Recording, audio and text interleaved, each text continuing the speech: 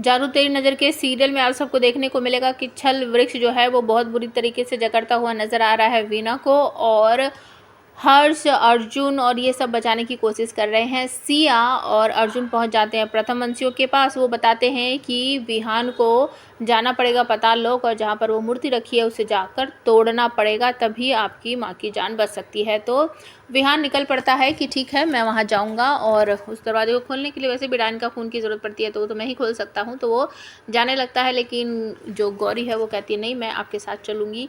यहाँ पर थोड़ी सी नोक-झोंक होती है और वो वादा कर देती है कि अच्छा ठीक है मैं आपके साथ नहीं जाऊँगी। कहानी में ट्विस्ट यहीं पर आता है।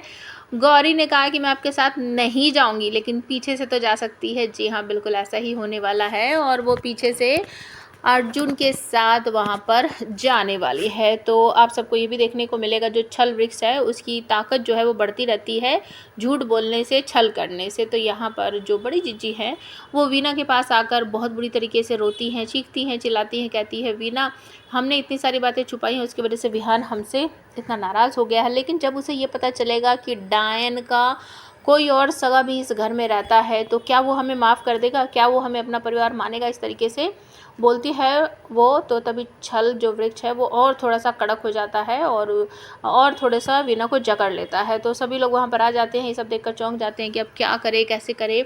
तो वहाँ पर हर्ष जो है वो कहता है मुझे अच्छी तरीके से पता है कि इसका तोड़ क्या है। तो वो सिया को लेकर एक तरफ कोने में जाता है और वहाँ जाकर उससे कहता है कि मैं तुमसे कुछ क्वेश्चन पूछूंगा, प्लीज़ उनका सच सच जवाब देना। तो वो 2-4 क्वेश्चन पूछता है सिया से, उसके बचपन के बारे में, उसके पावर के बारे में। जो सच था उस सिया ने बता देती है। तो जैसे जैसे वो आंसर देती रहती है तो जो वृक्ष है उसकी जो ब्रांचेस हैं वो कम होती रहती हैं, क्योंकि अगर आप सच बोलोगे तो उसकी पावर कम हो जाएगी। सेम ऐसा ही होता है। और अर्जुन और सिया की जो प्लानिंग थी छोटी सी वो सक्सेसफुल हो जाती है। और गौरी मूर्ति के पास पहुंच जाती है, तभी अचानक से कोई मंत्र संत्र सा आता है और गौरी पर वो एक तरह से कब्जा कर लेती है। मतलब जो मूर्ति है वो अपने पावर से गौरी के ऊपर कोई सम्मोहन मंत्र टाइप का कुछ डाल देती है, और आप सबको ये भी देखने को मिलेगा कि गौरी बिल्कुल ही बदल जाने वाली है। मुझे ऐसा लग रहा है कि इस मूर्ति को तोड़ने की बजाय गौरी इस मूर्ति को बचाकर घर में ही कहीं छुपाने वाली है।